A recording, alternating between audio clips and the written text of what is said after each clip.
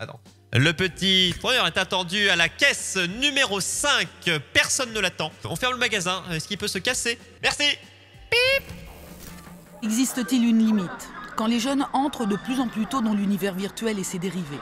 D'ailleurs, ils savent tout faire en même temps, tuer les méchants et répondre au téléphone.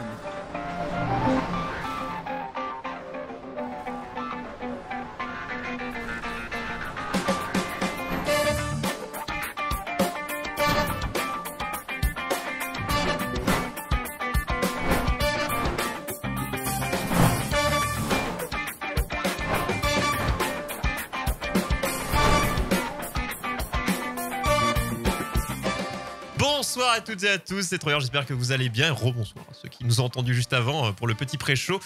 J'espère que vous allez bien. Je suis avec Lo qui va toujours bien, lui, toujours. Peu importe ce qui se passe, il a le sourire. Chaque mercredi, 21h, 22h30, eh bien, l'émission Le YOLO Show avec des sujets, des news, des débats, des chroniques. Voilà, pas mal de petites choses. Le chat, voilà. Le chat est dans le chat. Des invités, hein, parfois aussi. Ouais, voilà. On a des chroniqueurs externes, on a nous qui faisons des chroniques, des invités. C'est varié, d'une semaine à l'autre, elles ne se ressemblent pas avec des sujets qui varient. Au programme, on va commencer dans quelques instants avec des news, des petites vidéos drôles. Voilà, avant de commencer avec les deux sujets de la soirée, est-ce que tu peux nous dire juste les intitulés exacts? Et comme ça, vous allez voir de quoi il en retourne tout à l'heure. Alors, les intitulés exacts, ok. Donc, le premier sujet, surconsommation programmée pour s'autodétruire. C'est à propos de l'obsolescence programmée, la surconsommation dont vous êtes victime. C'est votre faute! Vous êtes des victimes volontaires de la surconsommation. Et Exactement. le second sujet, un quart d'heure, métro compris. En fait, c'est sur la ville quart d'heure. C'est une notion qui n'existe pas vraiment, mais qui a quand même été inventée par un urbaniste et proposée par Anne Hidalgo dans son programme. Donc, et qui verra ce que ça veut dire, le si jour, c'est on peut le possible. dire. Est-ce que c'est possible on ou pas? verra, on verra si c'est possible. On va en discuter des possibilités de ce qui existe déjà et de comment nous on verrait les choses si le jour.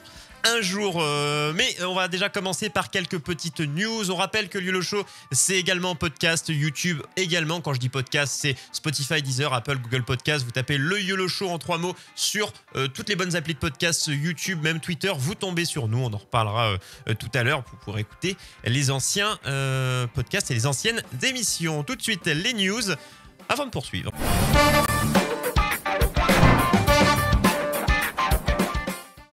Donc les petites news, on en a quelques-unes à vous proposer avant de commencer les sujets. On va commencer d'ailleurs, ce sera un sujet qu'on abordera dans un débat, enfin dans un vrai sujet. Là on le parle en news, mais on reviendra dessus sur Disney+, les séries, on en reparlera bientôt. Donc c'est un sujet qui nous intéresse. Il y a des choses à dire. D'abord pour le contenu, puis pour leur démarche aussi, qui est particulière. Là, les choses que l'on va aborder, c'est donc Disney+, ce que les fans craignaient le plus va bel et bien arriver. Donc, je lis le titre de chez hightech.fr. Donc, vous avez vu avec Mulan, c'est vous avez de Mulan aussi qu'on vous parlera aussi bientôt, que le cinéma était, on a dit non, et que exclusivité sortie Disney+, parce que Covid, tout ça. En tout cas, c'est le fait sur Mulan. C'est quelque chose que Disney+ voudrait, et après peut-être que toute l'industrie du cinéma se dit tiens, pourquoi pas, et ça commence à se mettre en place aux États-Unis, des choses se passent en France aussi, dans l'Hexagone, sur pourquoi sortir dans les salles de ciné et pourquoi pas seulement en streaming, vu que tout le monde pose son cul dans son canapé et préfère être chez soi que de sortir, et on n'aime pas les autres dans tous les cas. Donc pourquoi sortir? Eh bien, ils posent leur cul là-dessus. Surtout, en fait, moi je pense que ce qu'ils calculent, c'est qu'ils ne gagnent pas beaucoup plus d'argent dans les cinés, puisque, souviens-toi, Mulan, ils voulaient même le facturer 40 €. Donc en fait, s'ils ont l'exclusivité de la plateforme, ils peuvent à la fois maîtriser le prix auquel ils te le vendent, et puis tu n'as pas d'autre choix, en fait, sauf de pirater, mais voilà. Et en plus, si leurs films ne sortent que sur Disney+, que tu peux pas les voir au cinéma, mais ça veut dire qu'il y a beaucoup plus de monde qui va s'abonner à Disney+, et qui va regarder les autres contenus, et il y aura un effet d'entraînement qui fait qu'il y aura encore plus de monde qui viendra sur la plateforme. Et je pense que c'est leur calcul. Leur calcul, c'est pas de se dire on va gagner plus d'argent, c'est on va en gagner pareil, mais on va propulser Disney+ avec nos films, en donnant l'exclusivité à Disney+. Rappelons que de base, ce qui existe, hein, en tout cas en France, peut-être dans d'autres pays, mais en tout cas là on parle de la France, il y a la chronologie des médias, c'est-à-dire que quand un film, quand il doit sortir au ciné, quand la sortie ciné est prévue, le cinéma est prioritaire. Et ça ne peut pas être en même temps. Le cinéma a une priorité en France, ça protège. C'est codifié, il y a une durée qui est prévue entre la sortie au cinéma, puis la sortie sur les plateformes dématérialisées, puis la sortie à la télé. Et même des choses... Tout ça, c'est codifié. Quand on parle de la chronologie des médias, donc là-dessus, mais il y a aussi une chose par rapport au cinéma, c'est les fameuses sorties du cinéma qui sont le mercredi. C'était prévu que sur les chaînes de télé, il n'y ait pas de film du mercredi soir pour respecter que les gens aillent au cinéma. Donc il y a des fois des choses qui se sont un peu TF1 et autres qui ont fait et en bidouillant toujours, on peut bidouiller la parole. Donc c'est quelque chose qui existe en France, dans d'autres endroits, rien à foutre. Et pour contourner ça, puisque dans des pays ils s'en foutent, ils ont le droit de sortir en streaming le même jour que ça sort au cinéma. En France, c'est pas possible. Et bah pour contourner ça, ils sont en train de se poser la question de se dire, est-ce que finalement tous nos films maintenant, on les sort plus au cinéma, c'est que streaming.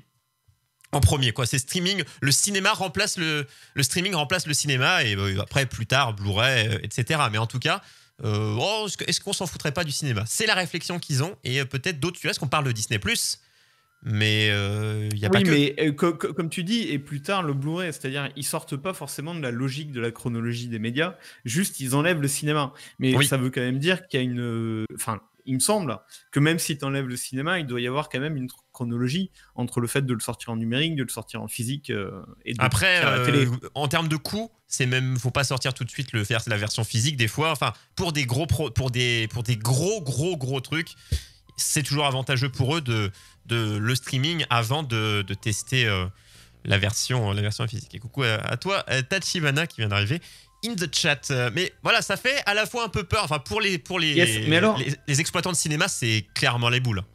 Clairement. J'ai pas lu tout l'article, mais ils disent que vraiment c'est bon, c'est décidé, ils vont le faire. Non, c'est qu'en fait, il y a d'autres films. Alors, ils parlent de. Celui-là ne me dit rien. Attendez, je retrouve le nom du film. Récemment, Disney a confirmé que la sortie du film Soul, comme celle de Mulan, se ferait exclusivement sur Disney+.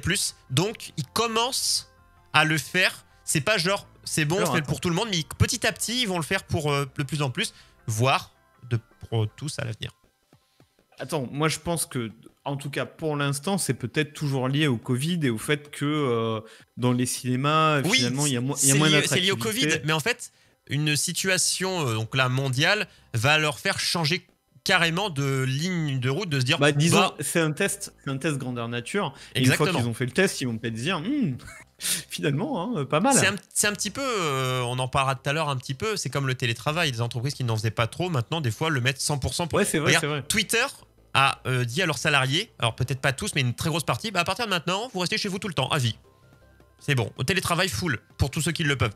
Donc il y en a, ils sont complètement, se disent la situation on le fait et on va rester même quand le Covid sera fini. Donc là, je n'aimerais pas être propriétaire et gérant d'une salle de cinéma en ce moment en tout cas, et les heures sont quand même pas joviales pour même l'après-Covid, va falloir se renouveler pour les salles de ciné. Mais on reparlera des salles de ciné, on a un sujet qui va être dédié, il faudra en parler une fois que le Covid sera un peu... On en reparle, je pense qu'on aura un sujet l'année prochaine, enfin saison 2, mais en 2021, ce sera intéressant de parler du cinéma. On en avait déjà parlé à un moment donné, de tout ce qui est 3D et autres, mais le cinéma en lui-même, il va falloir qu'il se réinvente et on en parlera. Donc voilà, c'est des films qui vont venir au fur et à mesure, donc à voir ce que ça va. On aura largement l'occasion d'en reparler sur plein de sujets. Oui, parce que là, je pense que Disney+, on a un sujet vraiment dédié à ça qui arrive bientôt. Qui va venir pour parler un peu de ce qui existe sur cette plateforme. Et au passage, on va très bien. Il dit le cinéma avant et après le Covid. Oui. On aura moyen de parler du cinéma très largement avec des gens compétents. Ne vous inquiétez pas, des fois c'est pas seulement nous, on invite des gens qui savent parler de sujets et de manière intéressante. Il n'y a pas de souci. Deuxième news, un fan de Lego du studio Ghibli imagine un set dédié au voyage de Chihiro. Donc pour mêler un petit peu Lego et le studio Ghibli, toi, Lo qui est fan du studio Ghibli, alors là... En vrai, je suis fan des deux, parce que les Lego, c'est ta vie aussi. La nostalgie pour moi. Et le studio Ghibli, j'ai vu tous leurs films, je crois. En tout cas, tous les principaux. J'en ai vu 4. Bon, c'est déjà bien. Et certains, je les ai vus 3, 4 ou 5 fois. Oui, mais toi, tu dors avec la compile. En fait, moi, avec Ghibli, c'est comme toi avec Disney, je pense. Voilà, c'est ça. C'est une histoire d'amour qui dure depuis des années. Mais Ghibli est excellent, quoi. Ce qui est bien, c'est que chacun a sa manière d'aborder et tous les dessins animés ne se ressemblent pas. Et c'est ça qui est beau, sinon on se ferait grave chier. Même les Disney entre eux, même les Ghibli entre eux ont leur façon de raconter différentes choses. Et là, du coup, pour cette news... photos, du coup. Ouais, je vais descendre du coup. Pour cette news, c'est un fan, du coup, à la fois de Lego et du studio Ghibli, qui, alors, je ne sais pas si vous le savez, chez Lego, on a moyen de proposer des idées. Voilà, je vais montrer grâce au site, donc ideas.lego.com. Donc, on propose des idées. Regarde, là, je suis sur le site. Et si, apparemment, d'après la news, l'idée, donc il y a tant de jours qui sont mis, il y a un délai, genre un compte à rebours qui est mis. Et il faut avoir 10 000 supporters sur l'idée. Et si tu atteins les 10 000 supporters, bah Lego valide le truc. En tout cas, je sais pas si c'est au bout des 10 000, c'est validé. Au bout des 10 000, ils disent ah ok, c'est 10 000 et on étudie après ton truc. Je pense que c'est comme ça. Ils regardent pas avant 10 000 et à partir de 10 000, ils ouvrent le bouquin en mode ah ok, qu'est-ce que tu proposes. Et pour sortir le produit et le porteur de projet, d'idée, prend un pourcentage. Attends, ce que je comprends pas, c'est que c'est ouvert à tout toi-même. Enfin, tu choisis par exemple que ça va être sur Ghibli et tu fais ton truc. Mais Lego, ils sont censés acheter la licence, etc. Ah oui, non, mais ils ont l'idée et après, si ça les intéresse, ils vont peut-être faire les démarches, faire les démarches et tout, d'accord. Voilà, ça leur permet de, en plus de leurs salariés, d'avoir des gens qui travaillent. C'est un peu comme dans le jeu vidéo. Des fois, il y a des fans qui créent des choses. C'est super fort. Et donc là, la personne propose beaucoup de choses. Je scrolle un petit peu tout. Donc vous reconnaissez, pour les fans de Ghibli, vous reconnaissez les scènes, les personnages, les décors. Mais attends, parce que c'est super bien fait. Il a fait ça qu'avec des Lego génériques. Il n'y a aucun Lego particulier là-dedans. Si. Alors du coup, Lego Truman parce a donc soumis... avant que la boîte existe, les Lego particuliers n'existent pas. Donc du coup, forcément, tout ce qu'il a fait là, le gars, c'était avec des Lego génériques. Yep. Je sais plus si c'est... Attends, je relis. Est-ce que je l'ai relu juste avant? Je l'ai relu juste avant. En tout cas, oui, donc c'est bien les 10 000 votes et espérer sa commercialisation pour permettre à son créateur de pouvoir toucher 1% des ventes du set qu'il a baptisé The Spirited Away. Donc voilà, basé sur le voyage de Chihiro. Les pièces sont bas. Mais comment il a fait ça? Ouais, bref, c'est très très fort en tout cas. Donc en tout cas, on peut proposer des idées chez Lego. Et si ça marche, 1% c'est quand même énorme.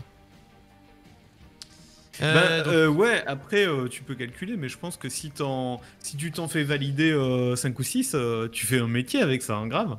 Je pense que tu peux même vivre du premier. Donc force à lui. Et donc il en est à 7324 supporters. Donc vous pouvez aller sur ideas.lego.com. Yes. Et trouver le projet Spirited Away. Je vais vous demander... vous connaissez tous Pokémon, donc le dessin animé, le jeu vidéo, les cartes, les peluches, enfin, il y a de tout. Là, on va parler des cartes. Tous, vous connaissez potentiellement des gens qui ont collectionné des cartes Pokémon, sans forcément pour jouer le jeu Pokémon, mais juste collectionner des cartes Pokémon, alors de différentes époques. Là, on va parler de la première génération, des 151, on va aller jusqu'à Mew, des 151 premiers Pokémon, donc la première génération. Et il y a un rappeur, du coup, Logic, on ne connaît pas, mais bon, qui s'est offert donc, la carte Dracofeu, donc voilà, première, donc troisième évolution dans Starter Salamèche, bon, vous connaissez tout ça. Et qu'est-ce que ça peut valoir en prix? À votre avis, première édition, c'est-à-dire que quand les cartes sont sorties. D'accord. Attends, est-ce que c'était le 10 octobre? Attends, voilà. On voit un peu la carte. J'imagine, paquet original, donc en anglais. Mais ouvert, etc.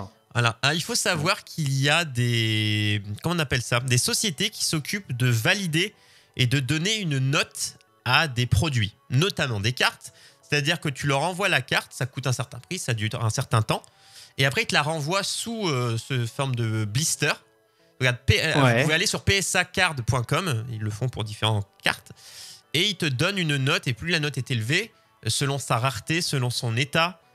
Tu peux avoir une carte neuve, tu peux ouvrir un booster, prendre une carte, mais très bien nickel, et qu'elle n'ait pas du tout la note maximum parce qu'elle aura un point mort sur l'impression, parce qu'elle aura un petit décalage, parce que ci, parce que ça. Et un point blanc peut faire perdre des milliers de dollars. Donc voilà. Et donc, celle-ci, qu'est-ce qu'elle a de particulier, à part d'être une première édition? Alors, première édition. Quelle est sa note? Je crois que c'est la note max. Je crois que c'est 10. C'est marqué première édition. Alors, déjà, première édition. Donc rareté, parce que c'est une première édition qui date d'il y a des années, plus de 20 ans, quoi. Plus de 30 ans. Enfin, ouais, plus de 20 ans. Dans les années 90. Ensuite, Dracofeu. Très rare. Le Dracofeu brillant. Vous vous doutez bien qu'on voyait la carte que le son shiny, ok. Son fond, alors il n'est pas shiny, mais en tout cas la carte brille. Le fond de la carte, vous voyez le côté feu. À votre avis, combien parce que c'était une enchère. Il y avait le prix de base et combien il a dû enchérir pour l'avoir. Dites-moi des prix. Donc on a dans les 300 € pour Tachibana. Non, mais si ça fait une news sur high-tech et que... Non, moi, je pensais au moins 10 fois ça. On a 5000 moi, je dis on a 3000 balles. 3000 balles. 3000 balles. Wow, vous êtes quand même un petit peu loin. Il y a 220 000 dollars. Pardon? Il est reparti avec... vous étiez traître. Mais 3000 dollars, c'est rien. Hein. Vous connaissez pas. Il y a des cartes particuliers. Il y a des cartes qui valent 3 fois ça. Hein. Sa rareté, du moment qu'il y en a peu et dans cet état-là, eh bien, ça vaut ce prix-là. Prix de base, c'était 40 000 dollars. Peu de Dracofeu. 40 000 dollars. Parce qu'elle est dorée? Non, parce que à l'époque, ils n'éditaient pas tant que ça. Comment ça, prix de base 40 000 dollars? Eh ben, parce que c'était une enchère. Prix d'entrée 40 000 dollars pour la vente. Et après, c'est les gens enchérissaient. Ok. Il y avait quelqu'un qui avait vraiment très très très envie de l'avoir, quoi. En fait, lui, donc, il disait quand j'étais enfant, j'adorais Pokémon, mais je ne pouvais pas me payer des cartes. Et maintenant que j'ai de l'argent, je me permets de me faire un caprice d'enfant. Et il a bien raison. J'aurais plutôt acheté une maison, mais... oui, mais bon, 220 000, c'est ce qu'il gagne tous les jours, peut-être. Donc, peut-être. Je ne sais pas à quel point, je ne connais pas. Si vous connaissez Logic, je pense qu'il a beaucoup d'argent. Moi, je pense qu'il est très connu. Ça ne me dit rien. Donc voilà. Allez payer sa carte, du coup, et beaucoup peuvent se faire un business là-dessus, parce que des cartes rares, selon leur état, les mecs, ils passent au microscope les cartes de cette société. C'est vraiment chaque point, chaque défaut, chaque truc font perdre. C'est vraiment la cote des cartes. C'est vraiment de tout, de Yu-Gi-Oh, de Pokémon. Voilà. Pour ceux qui ont connu et qui ont regardé des vidéos de David Lafarge Pokémon, eh bien, là-dessus. Moi, j'en ai regardé beaucoup à l'époque où il faisait que ça, il y a des années, années. Et du coup, on rend bien compte qu'il y a des choses où quand tu obtiens déjà la carte, même neuve, tu peux la faire certifier, mais c'est un coup machin. Donc voilà. Regardez dans vos cartes, peut-être que... Mais si vous les avez laissées traîner, ça m'étonnerait qu'elles aient encore la note de 10, parce qu'elles doivent pas être dans un très bon état. Et elles sont dans un blister qui est dans un blister. Enfin, c'est vraiment tout un truc scellé, parce que ça vaut le prix d'une baraque. La guitare et le marteau, et un clou mal enfoncé, comment ça peut se lier, les amis? Eh bien, vous avez peut-être tombé dessus, mais... Voilà. C'est possible. Et demandez à des amis de danser avec vous. Comment les Gypsy Kings sont nés? Eh bien, de cette façon. Voilà, moi ça m'a fait rire. On parlait de foot tout à l'heure. Est-ce qu'on est d'accord que c'est un peu du théâtre? Est-ce que un terrain de foot est un lieu où Molière, tout peut se jouer en termes théâtral? Je suis assez d'accord. Lo, je pense que tu ne vas pas me contredire. Et là-dessus, un drame s'est joué, des vies ont été en jeu, et je veux prouver que c'est un sport assez violent. Il n'y a pas de son dans cette vidéo, donc je tiens à vous le préciser. Donc on va revoir un ralenti de l'agression qui s'est passée et qui a gâché. Quelqu'un a voulu le tuer, hein. Là, clairement, c'était la fin. Oh là là, quelle horreur. C'était la fin d'une vie. Quelle horreur. Quelle agression. On s'interroge pourquoi des fois des parents n'osent pas inscrire leurs enfants au foot. Ils ont peur d'actions comme ça. Et comme je l'ai comprends. Non, mais parce que en fait, il a eu peur. En fait, il l'a pas vu venir. Il a cru qu'on lui arrachait l'oreille. Et là, c'est fini. Finalement, tout allait bien, mais il a eu peur. Et on termine avec le Zéro qui m'a dit tout à l'heure qu'il pensait ne pas rentrer à temps. Et j'ai la vidéo de Lo en train de rentrer parce qu'il se disait faut être à l'heure pour le YOLO Show. Et voilà, un petit gif de Lo qui était un peu pressé pour rentrer. Donc, ça, il était à fond, quoi. En tout cas, voilà pour les petites news. On va s'attaquer tout de suite au sujet principal. On cause YOLO, sujet numéro 1, petit jingle.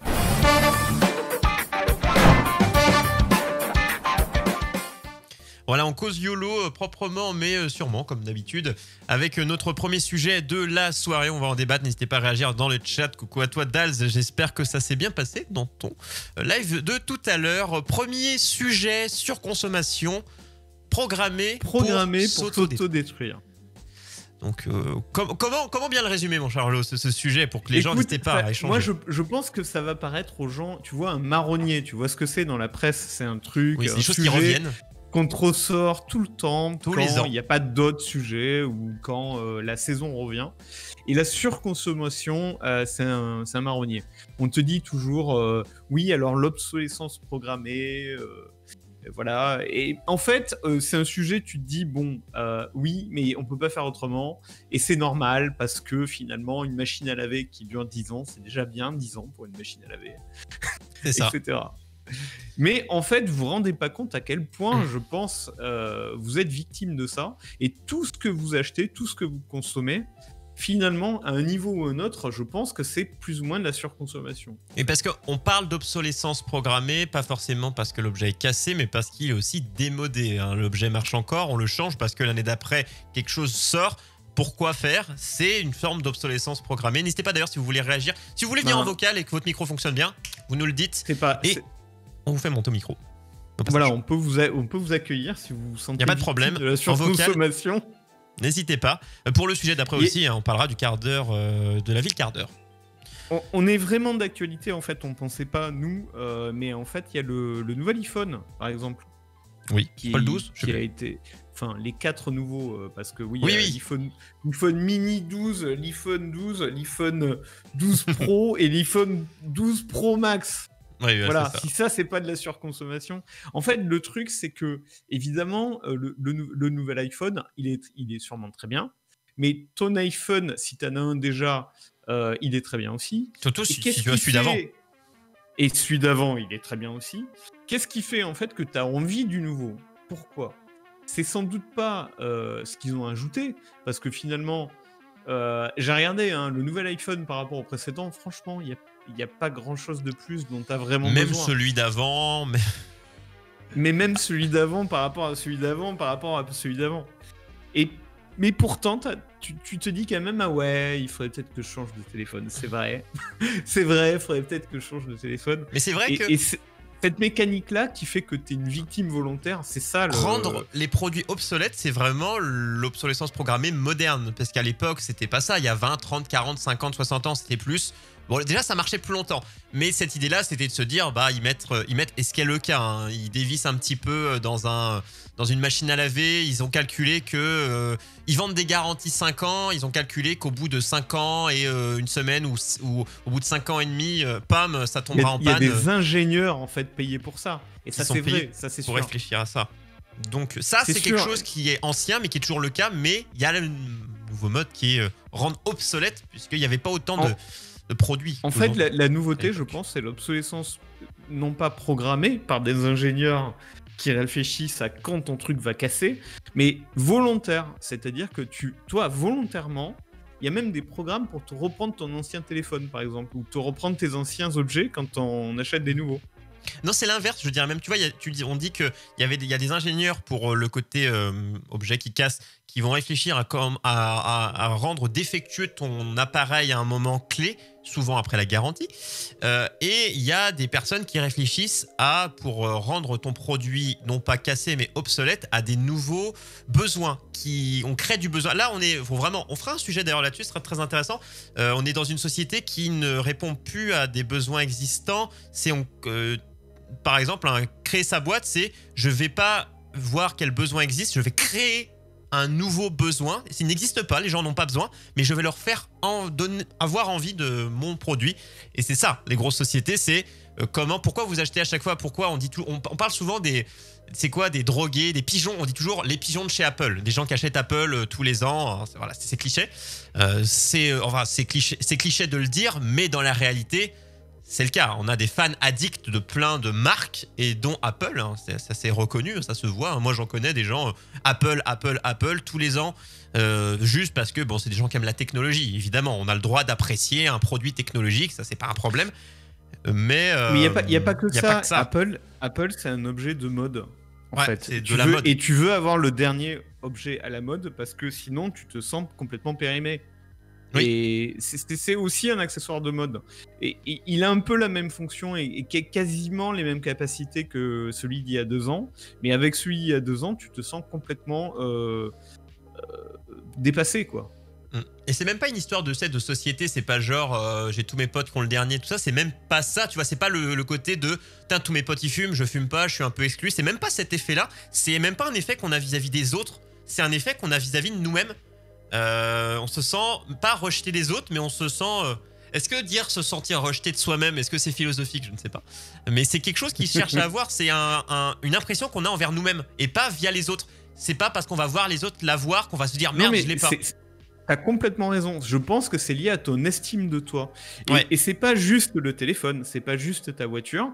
Non. C'est quasiment tout ce que tu achètes qui te représente toi, qui est une image de ta personnalité quelque part. Je dis pas ça parce que c'est vrai, je dis ça parce que c'est la façon dont la société est structurée aujourd'hui.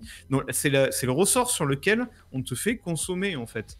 Et tu le fais volontairement parce que tu trouves ça normal en fait d'exprimer ta personnalité en achetant des choses qui te ressemblent.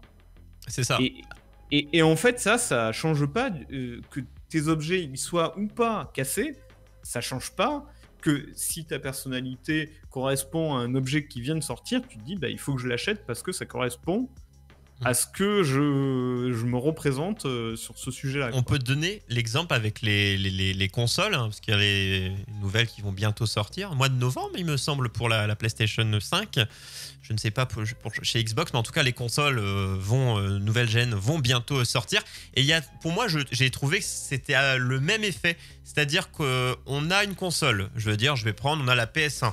On kiffe. Il y a un nombre de jeux, il y a un nombre de très bons jeux exceptionnel sur la PS1. On pourrait passer notre vie dessus. Vraiment, il y a des centaines de bons jeux. Tu pourrais dire je ne joue qu'à la PS1 et sans être des ultra geeks comme nous, mais en jouant un peu. Je suis pas sûr. Je suis pas sûr que c'est un très bon exemple. Toi, t'es un rétro gamer, donc effectivement, tu. Non, mais à l'époque de sa sortie. Je parle à l'époque de sa sortie. À l'époque de sa sortie. Je parlais pas de maintenant aussi, mais là, je parle. La PS1 sort. Je disais PS1, je peux sortir n'importe quelle console, mais une console sort. Et en général, 2-3 ans après, il y a sa suite. Il y a un nombre incalculable de bons jeux qui sont dessus. Mais tu vois la PS2 arriver. Parce que c'est plus joli. Les graphismes sont plus jolis. Mais tu étais satisfait de la PS1. Je veux dire, t'as pas fini le catalogue que t'es déjà en train d'attaquer sur de la PS2 et PS3 et PS4 et PS5. Je suis d'accord avec toi. Avec des nouveaux besoins qui sont visuels, jeux en multi, de la RAM, 60 FPS. Tu les avais pas ces besoins-là à l'époque. Ouais, ça te gênait pas avec toi. Sauf que c'est pas pour moi du tout pareil que le nouvel iPhone par exemple, où on vient de dire le nouvel iPhone, il est pas si différent par rapport au précédent iPhone, voire limite, il n'y a pas de différence du tout, ou presque. Par contre, les consoles, on nous les a toujours vendues. Alors, c'était pas tout à fait vrai, mais on nous les a toujours vendues comme étant 4 fois plus puissantes que la précédente, où tu aurais l'impression d'être dans la vraie vie tellement les graphismes. Après, la puissance, c'est un besoin qu'on nous a fait donner, alors qu'on n'en voulait pas forcément d'une 10 fois plus. Au moment où on y joue. On te disait pas, la nouvelle console, elle est bien plus à la mode, ou elle est plus conforme à ta personnalité que la précédente, donc il te la faut. On te disait, elle est objectivement beaucoup plus puissante. Pour tout faire, c'est de la merde, Dals. J'ai répondu à Dals qui disait. Et du coup, t'en avais envie parce que tu te disais, elle enterre complètement la précédente, donc j'en ai envie. C'était pas pour son design, c'était pas pour l'image qu'elle donnait de toi, c'était vraiment pour ses performances, quoi. Ouais, mais tu prends maintenant, ça va être de moins en moins le cas. Par exemple, moi, PS4, PS5. T'as beau me dire, elle a 2 fois le plus de disque dur, elle a 2 fois plus de RAM, elle a une carte graphique 2 fois plus. Perso, moi, je regarde mes vidéos souvent en 480p. Perso, j'ai une connexion, je peux regarder en 4K si je veux, mais j'en ai rien à foutre en fait. Donc, en fait, moi, j'ai pas subi beaucoup de gens. Là, on peut parler, tu vois, quand je parle de visuel, ça peut être le cas quand on regarde des films, que quand on regarde des séries ou autres, de se dire, punaise, maintenant que je suis en 4K, je peux pas regarder en 720, j'ai l'impression que je vois 4 pixels alignés. C'est un besoin qui se sont créés de voir en ultra bonne qualité. Moi, j'ai jamais eu ça. Et on m'a pas envoyé cette envie de réclamer ça, de me dire, parce qu'en fait, on est d'accord que quand on parlait des besoins créés et de l'obsolescence ou autre, cette fois, c'est des gens ils nous créent de nouveaux besoins qu'on n'avait pas avant, mais c'est même, on ressent le fait de, ah punaise, j'ai pas ça, mais voilà, la télé, c'est un très bon exemple parce que déjà, on est passé du cathodique au plat. Ensuite, on est passé du LCD à l'OLED. Ensuite, on est passé du OLED au Super OLED HDR, par exemple. Puis au 4K. Maintenant, on va passer au 8K, on va passer au 120 FPS. T'as toujours un nouveau truc qui est révolutionnaire. Je suis pas contre l'avancée technologique, hein, mais je suis pour qu'on avance. Sinon, on serait resté avec là, ce que je dis pour les jeux vidéo, on serait resté avec nos films qualité VHS. Et je suis content que ça a évolué. Et c'est ce qu'on disait. Dallas disait tout à l'heure. Il disait quoi? Où est le besoin? C'est ça, mais alors, où s'arrête le besoin? Où s'arrête le besoin? Eh ben, je pense qu'il s'arrête jamais. Perso. Moi, je pense que t'as des vrais besoins, en réalité. T'as besoin de boire, manger. Ça, c'est des vrais besoins. T'as même des vrais besoins d'acheter des trucs. T'as besoin d'aller faire tes besoins. Imaginer qu'une télé, ça soit un vrai besoin, quelque part. Pourquoi pas? Ça l'est devenu maintenant. Ça l'était pas maintenant. En fait, c'est rentré dans les mœurs que tu as besoin de divertissement pour vivre. Ce dont on parle là, c'est la surconsommation. C'est pas la consommation. La consommation, c'est notre mode de vie habituel. Avoir une télé, c'est de la consommation. En acheter une par an, c'est de la surconsommation. C'est de la surconsommation. Mais par contre, la consommation, c'est une autre question. Hein. C'est est-ce qu'on est vraiment obligé d'avoir une télé, quoi? Est-ce que vraiment la consommation... Il y a des gens dont le but dans la vie, c'est de réduire le nombre d'objets qu'ils possèdent pour réduire le bruit autour d'eux et pour avoir une vie beaucoup plus épurée. Mais c'est pas de ça dont on parle. Non, on parle d'objets parfaitement fonctionnels que tu as, mais et qui te satisfait. Et qui remplit tout à fait ce que tu en attends et qui est en parfait fonctionnement, mais tu as envie d'en changer et tu en changes. Et ça te coûte une blinde. Et même, tu ne sais pas quoi faire du précédent. Tu t'en as changé, tu as le nouveau, et le précédent, tu le fais dans une cherches boîte, à le revendre sur le bon coin ou le jeter si il y aura... peut-être pas une télé, mais il y a plein de choses où ça a coûté 20 € par exemple, tu achètes de nouveaux écouteurs à 100 balles, tu en avais des à 20 €, soit 20 €, tu les jettes. Mais t'entendais très bien la musique avec ceux à 20 balles. Hein. Après, sauf si tu veux être un mélomane avec un gros casque. Mais bon, si tu restes sur des écouteurs... Voilà. Et ça, autant il y avait ce qu'on appelait donc l'obsolescence programmée, qui est pas du tout nouveau. Autant ça existait depuis très longtemps.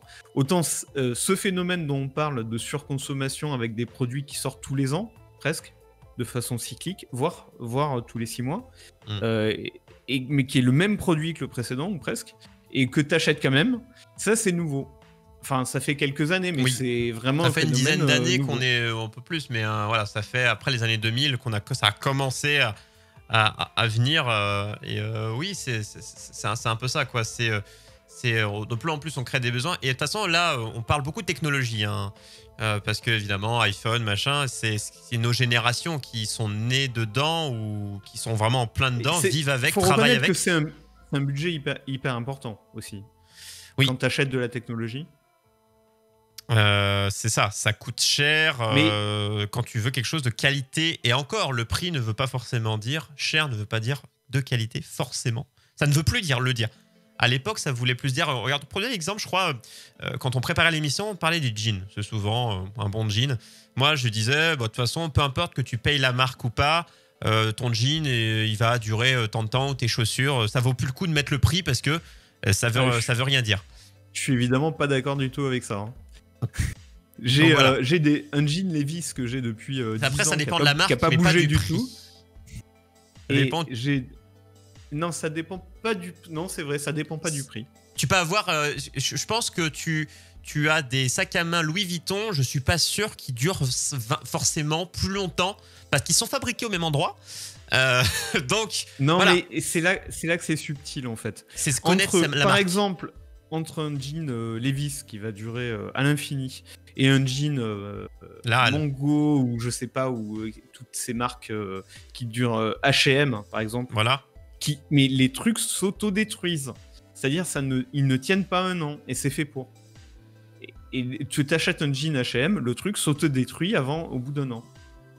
Et c'est, je pense, tout à fait raisonné pour. Alors quand on vous dit s'autodétruit, hein, c'est pas vous le mettez au mur et il explose. Hein. C'est juste que vous le mettez un peu tous les jours et vous voyez que vous allez pas faire du sport avec, vous bossez pas sur un chantier. Voilà, vous allez au boulot dans un bureau et vous voyez que tu plies, tu t'agenouilles, tu ramasses un truc par terre, du coup tu vas le vois petit à petit, quoi. Tu commences à voir qu'il est un tout petit peu usé, puis qui blanchit un peu au niveau des genoux parce que tu as commencé à voilà. Et ce genre de choses qui, alors au bout de voir 2-3 marques au bout d'un an, tu te dis bon pourquoi pas, mais au bout déjà d'un mois, tu te dis alors évidemment si vous êtes vraiment très précautionneux, vous restez toujours debout en I et que vous marchez très lentement, il n'y a pas de problème. Là, il peut durer plus longtemps. Mais avoir une utilisation normale en tant qu'être humain normalement constitué, un peu tous les t-shirts ou autres, c'est pour ça que tu posais la question sur... on t'a fait un petit sondage sur le Discord. N'hésitez pas à rejoindre d'ailleurs le Discord de la Cooldown TV et le channel YOLO_show, un channel textuel. Tu posais la question, Jean, pour savoir est-ce qu'ils étaient plus à payer...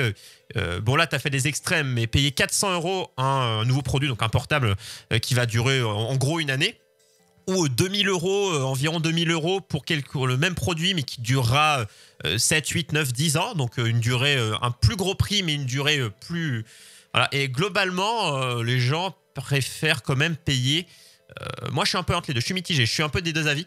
Préfère payer plus cher, mais limite c'est attendre, payer plus cher, mais que ça dure.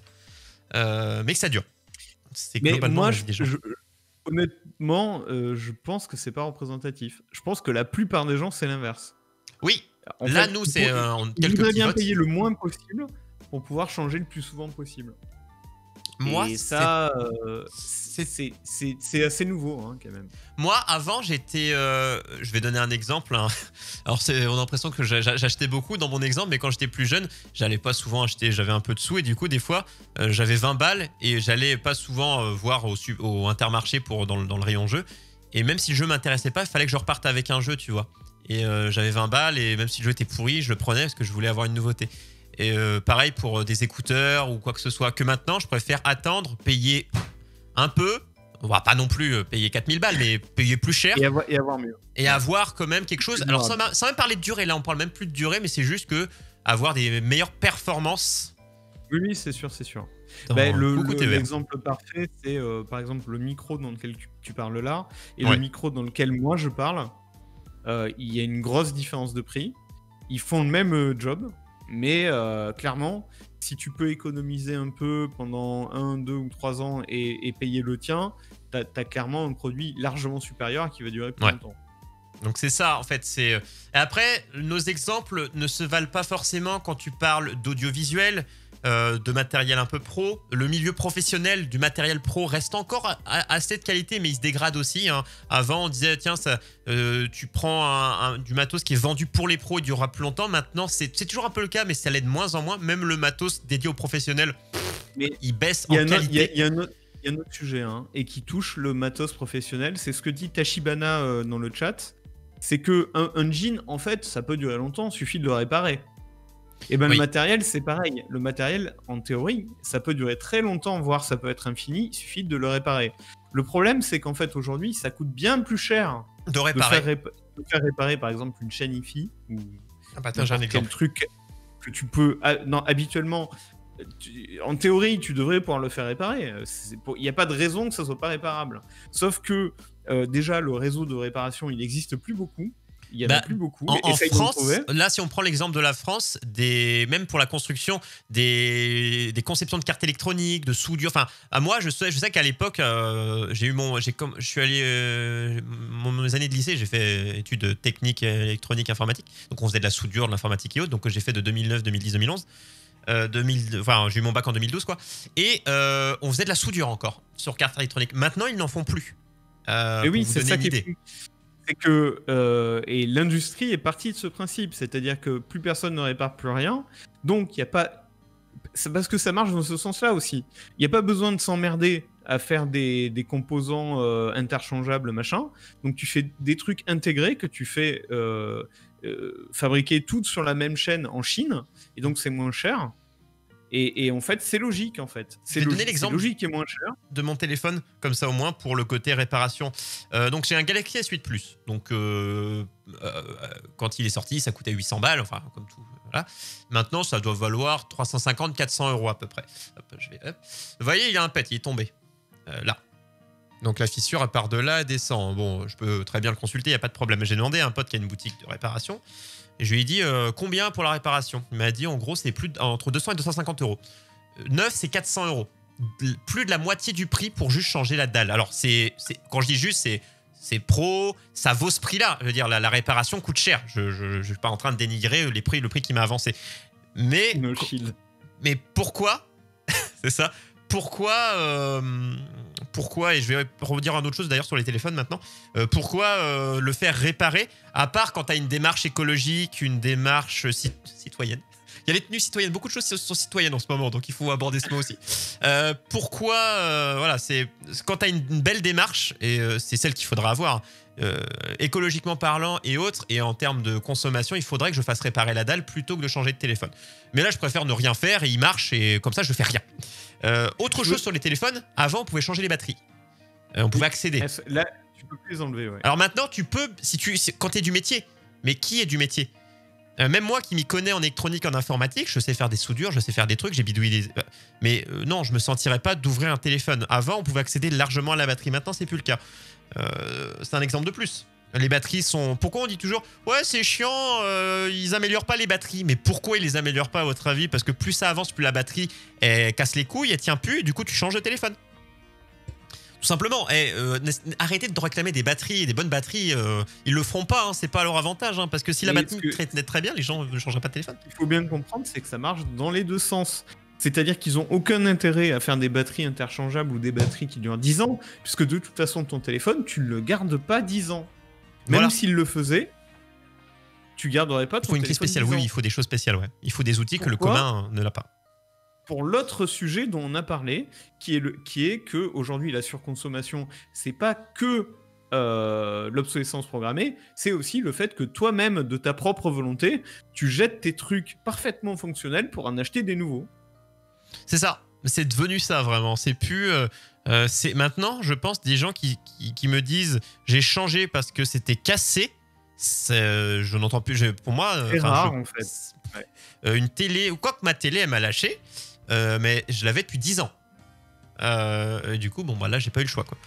On m'en a prêté en attendant. J'en ai pas encore acheté, on m'en a prêté une. Donc, mais donc elle avait 10 ans, donc là, ça le faisait. Mais c'est rare, vraiment, un produit qui casse. Alors, pas que vous le fracassez et que vous le faites tomber. On parle vraiment du... bien qu'ils le prennent en compte, ils savent très bien que ça vaut quasiment 1000 balles, c'est un bijou, hein. On n'en prend pas soin. Quelqu'un qui me dit je prends extrêmement soin de mon téléphone les premiers jours. Sinon, on le tient comme ça. Enfin, je le pose comme ça. Ça vaut 1000 balles. Est-ce que vous faites ça avec tous vos produits qui valent 1000 balles ? Non. Ouais, je me souviens d'un téléphone Samsung que j'avais acheté et que j'ai fait tomber la première semaine. Et il avait une fissure en diagonale. Je l'ai gardé 2 ans avec sa fissure en diagonale. Mais je me souviens la première semaine. C'était cette vidéo qui avait tourné à l'époque, je sais plus c'était pour lequel iPhone, il y avait le mec qui sortait le nouvel iPhone qui était filmé, il l'ouvre, vous savez, ces fameuses boîtes, ça fait à moitié effet ventouse quand vous l'enlevez, c'était tombé par terre, ça avait fait le tour d'internet, et tout le monde était là, oh, popo, comme quoi, faites attention à vos affaires. Ça me rappelle la démonstration Tesla pour la sortie du Cybertruck. Tu te souviens de ça ou pas? C'est il y a pas très longtemps. Un espèce de pick-up énorme Tesla. Et pour tester sa solidité, ils ont balancé une boule de métal sur les vitres. Ah ouais, mais elles ont pété, je crois. Et elles ont pété, ouais. Ouais. Ah bah, vous C'était connaissez ce fameux test de solidité qu'un mec, pour prouver que sa vitre qui vendait était belle, bah, il était au gratte-ciel d'un je sais pas quel étage, il a foncé dessus, mais sauf qu'elle s'est cassée, et donc il est mort. Voilà. Je crois qu'on a un peu fait le tour sur la surconsommation. Là, le but, c'est juste de discuter un peu des nouvelles modes, de ce qui se fait. Hein. C'est pas de trouver une résolution à un problème, puisque bon, c'est quelque chose qui est pas lié directement au problème en question, c'est lié à l'homme. Et il faudrait changer l'homme avant de changer son mode de consommation. Voilà, c'est plus profond. C'est le show, hein, des fois c'est philosophique. C'est ça. Les Darwin Awards, c'est ça. Les morts les plus cons, on fera un top un jour, on en refera un. Je suis sûr qu'il y en a des nouvelles qui sont assez exceptionnelles. Paix à leur âme, bien évidemment. Je propose qu'on passe au deuxième sujet de la soirée. Et ne quittez pas, d'ailleurs, quand on fera juste après ce deuxième sujet, il y aura une petite chronique avant de se quitter. Donc voilà, on est à l'avant-dernier sujet, on peut le dire comme ça, quoi. Un quart d'heure, métro compris. Alors bon, on parle de la ville quart d'heure. Peux-tu nous parler de cette référence, parce que chaque titre a sa référence. C'est une référence. Je suis sûr, dans le chat, vous l'aurez pas cette référence. Alors, est-ce que ça vous dit quelque chose? Un quart d'heure.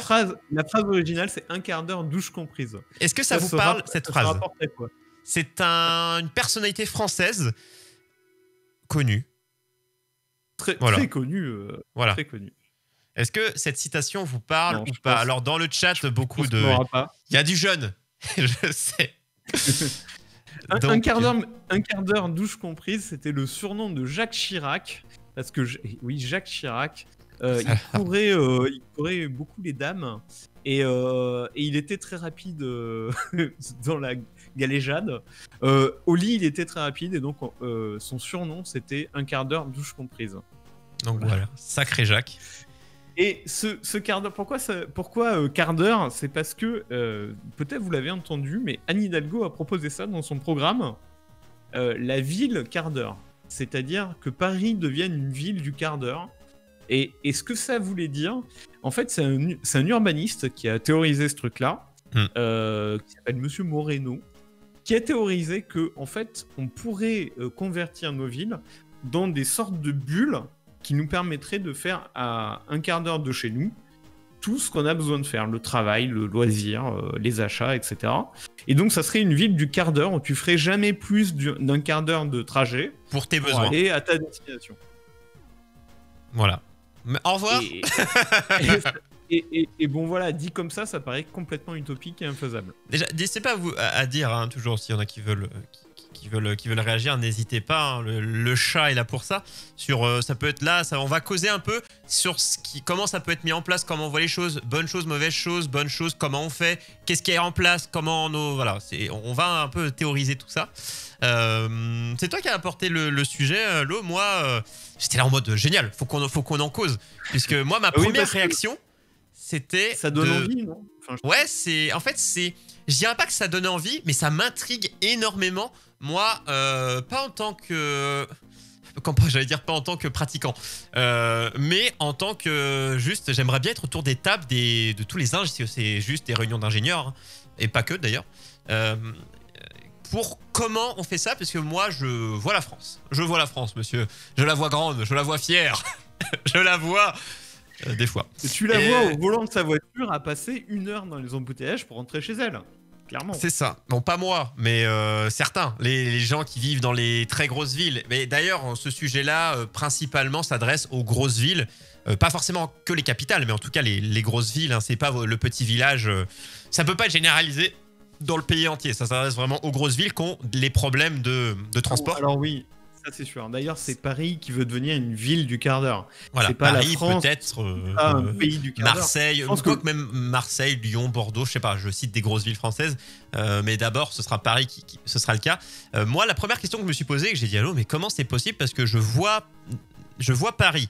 J'imagine Paris, je vois Paris, je suis Paris. Infrastructure, bâtiments anciens, enfin, tout ce qui va faire que Paris est ce qu'il est dans sa structure actuelle. Comment? En fait, pour en arriver là, le problème, c'est que ça veut dire une restructuration presque complète. Parce que Paris, c'est un très très bon exemple. C'est en étoile. C'est-à-dire que tu as le plus chic, le plus actif, le plus attractif qui est au milieu. Et plus tu t'écartes, et moins c'est cher. Et donc, en gros, t'as les gens pour schématiser, les gens habitent autour, ils vont en étoile vers le milieu pour l'activité, ce qui rapporte de l'argent, et ils rentrent chez eux le soir en étoile inversée, quoi.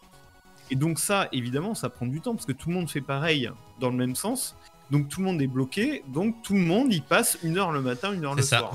Voiture, taxi, métro, RER, que tu veux, mais de toute façon, tout ça, ça pompe du temps, ça te bouffe la vie. Et en fait, on a l'impression que tu peux pas faire autrement, parce que la ville, elle est foutue comme ça, en fait. J'ai pas les stats, mais des fois, quand je vois les stats des gens qui disent combien de temps ils passent dans les transports en commun pour aller au travail, donc tu cumules sur toute ta vie aller-retour, voilà, tu te dirais, j'aimerais bien faire autre chose. Une des solutions, en fait, c'est d'avoir une multicentralité. C'est-à-dire de pas amener toute ta population dans ton centre principal de ta ville. C'est de disloquer le centre, en fait. De le faire plein de petits centres. Plein de petits centres qui permettent de faire ce que tu fais tous les jours, ta vie. Et le but, c'est là, dans notre exemple, c'est pas de se dire on garde un point central et on fait des métros aériens, souterrains, machin. C'est pas ça le but. Hein. Évidemment, c'est revoir les transports. En gros, mais c'est faire des villages. C'est un ensemble, c'est plein de paris. Dans la ville.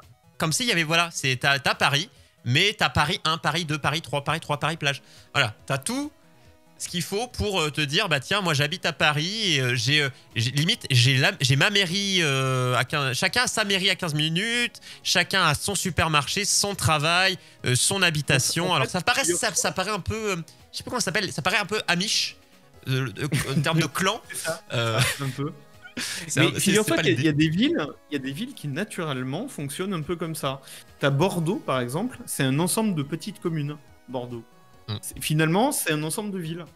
Et Marseille, c'est un peu pareil, c'est un ensemble. Les arrondissements, ils sont très marqués à Marseille. T'as des vrais centres en fait. Donc t'as plus un point central. Bien que Paris, il y a les arrondissements, machin, mais c'est pas pareil. Je veux dire, personne va dire bah moi Paris, c'est bon, j'ai tout. Certains je suis sûr, certains ont. C'est ceux qui habitent dans le centre de l'étoile qui ont, eux ont déjà leur ville quart d'heure. Mais ça doit être généralisé à la capitale entière. Moi, en fait, c'est depuis toujours mon critère. Hein. Je ne veux pas passer plus d'1 quart d'heure à aller ou revenir. 1 quart d'heure, 20 minutes pour aller au travail, quoi. Et c'est ce qui fait que j'ai quitté Paris, parce qu'à Paris, c'était impossible. J'y arrivais pas. Soit il faut gagner très bien sa vie et vivre dans le centre, mais c'est même plus bien gagner sa vie. Ou alors, c'est accepter de vivre dans rien du tout. Vraiment, c'est pas faisable. Ou alors en coloc, dans des conditions... ou dans un tout petit timbre-poste d'appartement où tu dors sur ton canapé. En fait, c'est des choses qui sont bien quand t'es étudiant, enfin qui sont bien, qui sont tolérées, même si c'est pas bien. Hein. Je veux dire, un étudiant ne devrait pas vivre dans 2 mètres carrés. Mais bon, ça c'est un autre sujet. Sinon, c'est pas du tout faisable. À Marseille, je salue TER dans le chat qui a l'air d'être marseillais. C'est tout à fait faisable. Hein. Moi, j'ai habité à Marseille plusieurs années. Tu peux complètement habiter dans un petit quartier dans lequel tu as une vraie vie de quartier. Et puis, ton boulot, il est pas forcément très loin. Hein. Tu vas en tram, tu vas à vélo ou à pied. Mais sur Paris, c'est vrai que là, on va axer sur Paris. Et après, bon, l'exemple peut s'adapter, va se calquer sur d'autres. Parce qu'en fait, si tu as réussi à faire Paris, tu peux faire tout le monde. Globalement. C'est donc l'idée d'avoir plusieurs donc les villes dans les villes. Hein. T'as l'appellation de la grande ville, mais chacun a son quartier, un peu plus grand qu'un quartier, mais sa zone. Donc comment c'est possible? Moi je me disais, est-ce que ça partirait d'où? Est-ce que ça part du travail et ça part du logement et le reste en découle? Ça part du travail et après ça en découle le logement ou autre? Je sais pas par où. Ce qui est très compliqué, je pense, c'est pas forcément de recréer des centres, c'est de t'assurer que dans une même sphère, les gens qui habitent soient les mêmes qui travaillent à cet endroit-là. Parce que comment tu pourrais faire ça? Des centres, mais qu'il y ait quand même des échanges. Et que les gens soient quand même en train de commuter des heures pour aller à un autre centre. C'est ça, et c'est ça qui est compliqué à organiser, quoi. C'est vraiment très très compliqué à organiser. Et on dit plusieurs maires, non, il y a un maire, mais il peut y avoir d'autres élus qui font les permanences. Enfin voilà, ça on vous explique pas le principe d'une maire. Je pense qu'en fait, peut-être une des solutions, ce serait d'arriver à ce que les gens bougent beaucoup plus facilement. C'est-à-dire que tu aies beaucoup plus de facilité à te rapprocher de ton boulot, ou alors à rapprocher ton boulot de chez toi. Voilà. Bah Il faut déjà, soit que tu arrives à rapprocher ton logement de ton bureau facilement, soit que tu sois en télétravail ou que ton voilà. bureau puisse se rapprocher de chez toi, c'est-à-dire que tu aies des bureaux partagés, tu vois, où tu Le peux aller télétravail, localement. à la base, je voulais parler du télétravail. On pourra reparler, on en reparlera d'ailleurs à un moment donné du télétravail, puisque est-ce que dans certains métiers, il sera généralisé? Est-ce que plus on va avancer, il y a des métiers où ce sera jamais possible, mais est-ce que plus on va avancer, est-ce que plus il y a de monde en télétravail, plus ça va désengorger? Parce que dans tous les cas, même si on fait plusieurs petits centres, il faut trouver un moyen de, voilà, c'est désengorger les transports. Un maximum dû à avoir des mini-centres et en maximisant le télétravail, puisque globalement, les bouchons, c'est pour aller au boulot. Tout le bouchon, c'est pas juste tout le monde qui va voir le sapin de Noël dans le bourg, c'est pas ça. Hein. Les bouchons, Non, c'est après, le travail, globalement. Non, alors, il peut y avoir des bouchons pour plein d'autres trucs. Par exemple, Oui, match de foot, les zones, d'ailleurs. les zones commerciales qui sont en périphérie des villes, en fait, le week-end, tu te tapes des bouchons Oui, tout le pour y monde aller, va quoi. à 10h le samedi, oui, sur ce C'est la même principe-là aussi. chose dans l'autre sens, en fait. Le problème, c'est que nos villes, il y a des énormes zones résidentielles où les gens habitent mais ne font que ça. Il y a des zones tertiaires où les gens vont dans les bureaux mais ne font que ça. Des zones commerciales où ils vont Et acheter du des coup, voilà, trucs mais donc ils en ne fait, font tout le monde que part ça. d'un point A et va au même point B. Et du coup, Voilà. ce Et flux-là et donc, les routes sont pas assez grandes. et donc Enfin, ces flux, ils sont beaucoup trop longs, prennent beaucoup trop de temps. C'est impossible de dimensionner des réseaux qui permettent à tous ces gens d'aller au même endroit au même moment. C'est pas possible. Et donc, c'est dans la nature même, dans la structure de la ville qu'il y a un souci. ouais, c'est ça. Mais ça a Et toujours été fait comme. En fait, c'est vrai, quand on voit, t'avais le côté. Tu vis là, ensuite, tu travailles ici et tu fais tes loisirs là-bas. Alors que tu ferais tout. Ça, c'est, tu vois, par exemple, dans les villages, en général, c'est t'as ton appartement ici, tu sors, tu bosses à la boutique de je sais pas quoi à côté, et t'as ta boucherie, t'as ton machin. Donc, en fait, ce principe-là existe déjà, entre guillemets, dans les villages de. Je dis village, hein, ou petite ouais, ville, tout hein, à mais là fait. où Mais j'habite, c'est ce que je dis. c'est le cas. C'est recréer cette bulle du village C'est ça, cette près écosphère, de chez toi. cet Et, écosystème. et on dit il faut fluidifier le trafic parisien, Tachibana, mais en fait, si personne n'a besoin de se déplacer très loin, bah ça fluidifie tout pour tout le monde, hein, ça c'est sûr. Et ça réglerait même d'autres problèmes. On dit souvent, les gens des grandes villes sont, on cite souvent les Parisiens, sont dans leur bulle, sont pas agréables, sont mal élevés. Enfin, tu vois, ne se parlent pas entre eux. Tu leur demandes l'heure, ils se sentent agressés. Enfin, toi, des clichés, des fois qui ne le sont pas, mais des fois pour certaines personnes qui le sont. Et on a moins cette. Bon, quand même, hein, moi je connais pas tous les gens de ma ville, mais je pense être plus proche des gens de ma ville qu'un Parisien ne l'est d'un autre Parisien des fois, alors, sauf si c'est son ami. Mais il y a cette espèce de village peut recréer, je pense que ça rapportera aussi, ça bonifiera aussi les relations humaines. Simplement, là, on parle un peu de création de structures et tout, mais juste le principe du fameux tout le monde se connaît dans le village, sans arriver à cette extrémité-là. Je pense que c'est une bonne chose pour s'aider. Tu vois, on a parlé beaucoup d'entraide pendant le Covid, ce qui, enfin, on l'a dit, mais je pense pas que tellement de gens l'ont fait. Hein. Mais tu vois, c'est tout cet aspect-là qui est pour moi bénéfique. Sans parler du fait de passer du temps dans les transports. Il y a aussi un côté juste humain qui va s'améliorer. Je pense que globalement, de toute façon, si tu relocalises dans cet esprit un peu village, bah, clairement, tu vas peut-être pas avoir des structures aussi énormes de centres commerciaux qui font 30 000 mètres carrés. Tu vas avoir des magasins un peu plus petits, à taille humaine, etc. Et puis, quelque part, tout ce temps que tu gagneras à pas passer dans les transports, et du coup tu seras pas crevé quand tu rentres chez toi, etc. C'est plus facile d'avoir des relations sociales dans ces conditions, je trouve. C'est-à-dire que tu as plus de temps et en plus tu es moins crevé et tu n'arrives pas à 20h30 chez toi le soir, quoi. Faudrait des immeubles de bureaux à côté d'immeubles d'habitation. Mais en fait, c'est avoir un tout, quoi. C'est plus faire sectaire de... Là, c'est une zone commerciale, là, c'est une zone d'habitation, là, c'est une zone de ça. Évidemment, t'as pas ta maison et tu sors de ton... Et là où tu travailles. Il y aura des zones, forcément. Si tu as une usine, ce sera une zone de l'usine, forcément. Mais c'est ne pas faire 3 heures. Ouais, en fait, 3 c'est heures de route, quoi. mélanger dans un même quartier, avoir un peu de tout. Par exemple, c'est vrai, tu peux avoir une rue commerciale, une rue commerçante, mais au milieu d'un endroit où tu as en même temps du logement et puis des bureaux sur un îlot ailleurs, etc. Il y a toujours Et des que métiers tout qui ça sont à part. Mais soit pour ce qui est mélangé. standard, non. Ouais. C'est un peu ça, quoi. Et et de la même façon, au lieu de faire des énormes zones industrielles où tu mets tous les plombiers, etc., bah t'en mets un peu partout, quoi. Pourquoi pas? Il y a beaucoup de zones artisanales, ouais, qui sont... il y a des fois, c'est le bruit qui fait qu'on pousse les gens. Moi, mon père qui est menuisier, je t'assure que les machines et les aspirations qui tournent, t'as pas envie forcément, quoique, à côté de chez eux, dans la zone commerciale, il y a des gens qui habitent, et collés à leur grillage, ils ont des gens qui habitent, et aucun problème. Et t'as des gens qui habitent dans un lotissement qui est 400, 500 mètres derrière, qui des fois viennent se plaindre. Tu dis, attends, il y a des voisins qui n'entendent rien, vous êtes... Faut arrêter. Ouais, moi je pense que cette histoire du bruit, alors déjà tu peux sonoriser un peu mieux, mais surtout... Faut pas habiter à côté d'un aéroport, là par contre oui. En gros, c'est en décalé, sauf évidemment si t'es chez toi toute la journée, quoi. Et si t'es en télétravail. Oui, parce que Mais techniquement, si t'es pas en télétravail, t'as pas de problème, parce que quand tu rentres chez toi, les gens arrêtent de travailler.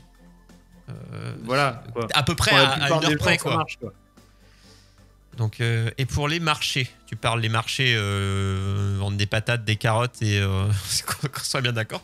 Bah ça, de toute façon, les marchés, c'est toujours partout. Les marchés, ça marche toujours très fort, voire plus fort encore. Et même dans les grandes villes, et puis il y a les marchés couverts, etc. Et rien n'empêche d'avoir un quartier avec un immense centre commercial. Marchés, Moi, je suis un peu contre les gros centres commerciaux. Les très gros, pour moi, je trouve c'est...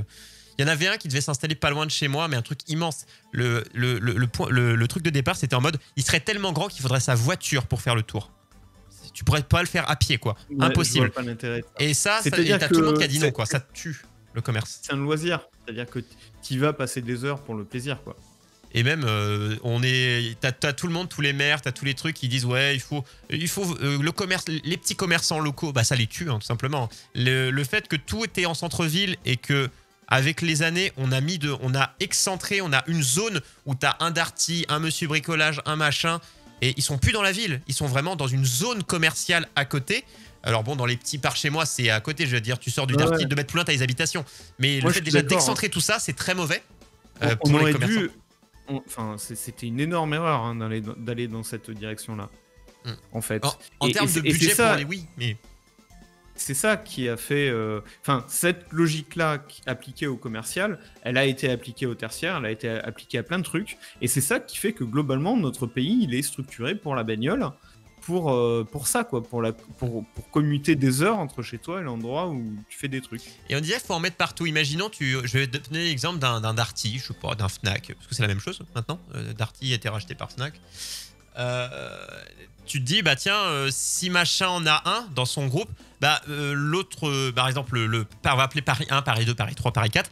Paris 1 a son Darty, Paris 2, il aura son Darty, Paris 3. Mais je pense qu'il y a un truc où on est dans la merde, on en parlait tout à l'heure de la surconsommation, c'est tout le monde doit avoir son Darty, tout le monde doit avoir son monsieur bricolage, son machin, son truc, son bidule. Et ben ça, avec notre mode de consommation actuel, oui, mais malheureusement, parce qu'à une époque, tu avais juste un truc qui était hyper loin, mais on n'en avait pas tant besoin. Mais tellement on consomme, tellement on achète des télés, des trucs, des bidules, qu'on veut tous à côté, je veux le boucher, je veux tous les petits commerces locaux, certes, mais je veux le Darty, je veux le ci, je veux le bidule, je veux le truc. Alors que ces trucs-là, tu en avais besoin qu'une fois tous les je sais pas combien d'années. Oui. Mais maintenant que tu achètes un téléphone tous les ans, tu as besoin d'avoir ta Fnac. C'est possible que nos deux sujets soient complètement liés. Ouais, hein. c'est pour ça qu'on a un peu fait entre guillemets. Vous n'étiez pas là pour le sujet précédent, il faut y retourner. C'était la surconsommation. Vous pouvez le retrouver. Parce que bon, pour le podcast, pour la version podcast, il y a eu un sujet juste avant, surconsommation programmée pour sauter des trucs. N'hésitez pas à aller écouter si vous écoutez celui-là en premier, les amis. Pour ceux qui sont là en live, bon, en tout vous cas, continuez notre discussion. Ce que tu disais, et je pense que c'est vrai, c'est que la ville du quart d'heure, ça peut pas s'appliquer à tout, ça peut surtout pas s'appliquer à la campagne. Où là, peut-être, il y aura la campagne de la demi-heure, où je sais pas ce qu'on peut. Oui, mais c'est pas. Tu vois, ce problème-là est pas trop. Un peu quand même. T'as quand même ce problème-là. Je veux dire, t'as quand même des fois des routes qui sont bouchées parce que les routes sont plus petites ou autres. T'as moins de voitures, mais t'as moins d'espace. Donc en fait, le problème existe toujours, mais moins long. Même si les distances sont plus grandes, tu perds pas forcément autant de temps, il me semble. Non, tu perds un peu de temps, mais c'est pour d'autres raisons. Tu perds du temps, mais t'es jamais 1h30 dans les transports. Tu vas perdre un quart d'heure. Mais s'il y a moyen de fluidifier tout ça, évidemment, on ne dit jamais non. Et on dit non, tu auras Paris 1 Darty, Paris 2 Boulanger, Paris 3 LDLC. Oui, tu auras une marque qui font les mêmes choses, mais je pense d'ailleurs que dans ce système-là, où on essaye de te recentrer sur ta petite ville au sein d'une grande ville, faut pas non plus exclure qu'il y a un truc à l'autre bout de la grande ville qui t'intéresse et que tu y vas, quoi. Voilà, Pour faut aller pas, voir, faut je sais pas, faut quel pas se dire que spectacle tu, tu ne sors plus de ton parisien. Sinon, là, c'est autre chose. Là, on devient des sectes et chacun reste dans son coin et c'est pas ce qu'on veut. C'est pas genre t'aimes ton quartier et tu détestes le quartier du voisin. C'est Voilà, non, pour. tu profites de la ville parce qu'elle est moins engorgée pour tout le monde et que, comme tu as le temps et que tu n'es plus dans tes embouteillages tout le temps, bah, tu as le temps d'aller faire des trucs culturels à l'autre bout Des de la groupes ville. gangs, ou- Garfield, voilà. non, ça viendra pas à ça. C'est juste de se dire, pour le boulot et pour les besoins quotidiens, tu ne dois plus faire des heures. Mais pour les choses, par exemple, je vais prendre un truc tout con, Ikea. Ikea, il n'y en a pas grand monde, il n'y en a pas tant que ça. Genre, en Bretagne, je crois qu'il y en a 2. J'ai la chance, il y en a un qui est juste à côté de chez moi. Mais bon, bien que c'est de la merde. Faites appel à un vrai menuisier. Mais c'est des besoins pas quotidiens Ikea. Donc tu peux te permettre de faire un peu de route. Il y en a qui font des heures pour aller à Ikea parce qu'il n'est pas à côté de Ouais, chez eux. surtout, moi, quand je vais à Ikea 2 fois par an, je me fais une liste de trucs Voilà. qu'il faut que j'y prenne. T'en as Voilà. pas besoin tous les jours. Donc ces besoins-là, là on reprenait boulanger, touch. Enfin, ça coïncide avec notre sujet d'avant, mais techniquement tu changes pas de télé tous les jours. Tu veux un câble USB, bon, bien qu'il faut prioriser le commerce local, mais bon, ça reste des grosses boîtes, donc pas Amazon. C'est ce que les gens vont prioriser au maximum pour tout ce qui est technologique. De moins en moins de choses sont achetées sur place et de plus en plus. Même ta télé, qui va à Darty acheter sa télé? Non, tu vas à Amazon, ta C'est télé. vrai. Moi, je pense, en fait, il y a 2 trucs, je pense, qu'il faut bien voir, c'est que, comme tu dis, c'est Amazon qui, de toute façon, va réduire les embouteillages quelque Oui. part. Il va y avoir des fait. embouteillages de livreurs, par contre. Ça, c'est Et, un truc et qu'on par n'a pas exemple, pensé. on parlait de Disney+, du coup, tu n'iras plus au cinéma, tu te feras livrer par drone, etc. Ouais, c'est ça, Donc, c'est bref, l'extrémité. On passera à la ville petit à petit. zéro. Ouais. C'est ça, la ville Petit zéro à minute. petit, en fait, logiquement, ça devrait être moins un problème, c'est sûr. Mais tu peux déjà Et le télétravail, enfin, tous les tout trucs faire dont on sans a parlé. sortir. Imaginons que, voilà, c'est ça. Imaginons que ton employeur te dit, tu peux être ravi en télétravail. C'est déjà le cas pour certaines personnes. Tu commandes sur Internet. Je parle pas des bouffes rapides. Hein. Tu commandes tout au livrer. Super U et ils te font livrer. Très bien. Le cinéma, le jeu vidéo, tout ce qui est loisirs, musique, tout ça, bah, streaming. Et voilà, c'est chez toi. Ça existe déjà. Le sport, tu peux en faire chez toi. Tu peux faire du sport chez toi. Tu peux inviter tes amis chez toi. Tu peux même faire un ska. Tu peux vivre et même avoir des. Alors, sans forcément toucher les gens, mais tu peux faire tout sans. Tu peux faire caca. Et ça, à noter. Tu peux tout En fait, faire. bientôt, le confinement, on trouvera ça tout à fait normal. C'est ça. Et sortir sera bizarre. Non, mais si tu sans sors aller plus, jusque-là, tu risques faut quand même l'exclusion reconnaître sociale. que c'est- Oui, là, c'est un extrême. Oui, mais c'est une grande tendance quand même. C'est-à-dire que cette idée de devoir aller à, je sais pas, 50 minutes de chez toi pour faire tel truc, bah, en fait, si tu as l'option de le faire depuis ton canapé, tu vas peut-être le faire depuis ton canapé. Mm. C'est ça qu'on dit. C'est que c'est quand même une grande tendance. Tu as la possibilité, tu vois, de plus en plus la possibilité de réduire Les ce cours en genre de ligne. nuisances. Et pourquoi tu le ferais pas, quoi? Donc, il y a Évidemment. de plus en plus de monde qui va le faire. L'idée, c'est de réduire tout ce qui te prend du temps, mais de garder je vais boire un coup entre. Bon, pas en ce moment, ne le faites pas. Hein, ne le faites pas chier à vous réunir à 50. Mais je vais boire un coup avec des potes en ville. Ah, merci TER pour le follow. J'ai quand même une vie sociale de divertissement. Oui, par exemple, un match de foot. Tu fais du foot. Des bisous équipe de France qui joue en ce moment. Tu vas pas le faire tu vas pas faire du air foot dans ton salon bien bientôt avec la VR et tout peut-être. Mais voilà, tu continueras à avoir des activités sociales, mais pour beaucoup de choses, tu feras tout. Disons que tout ce que tu faisais en réel, bah tu vas le diviser par 3 et il y aura plus qu'un tiers voire un quart que tu feras vraiment en sortant de chez toi, quoi. Mais ça va se réduire.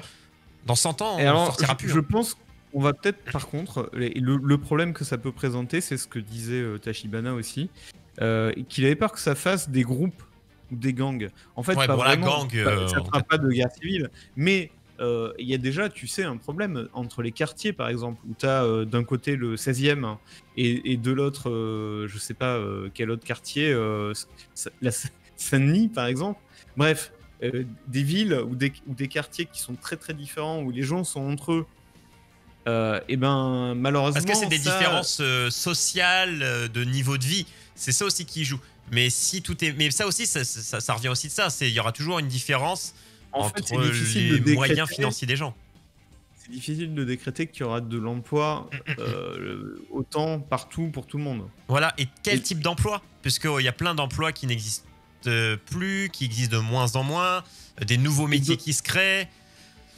Et forcément, si tu as des zones qui sont beaucoup plus pauvres que d'autres, tu n'auras peut-être pas les mêmes commerces, par exemple, ou la même offre culturelle, Mais tu vois. déjà, on parlait de choses qui sont, par exemple, t'emménages, tu trouves un boulot dans Paris 1, eh bien, tu pourrais potentiellement avoir des aides, des aides financières pour trouver un logement dans Paris 1 en tant que locataire. Les écoles, Ouais. les centres de loisirs, enfin voilà, Et je c'est pense déjà que- le cas un je peu pense pour que les là, écoles et tout. Hein.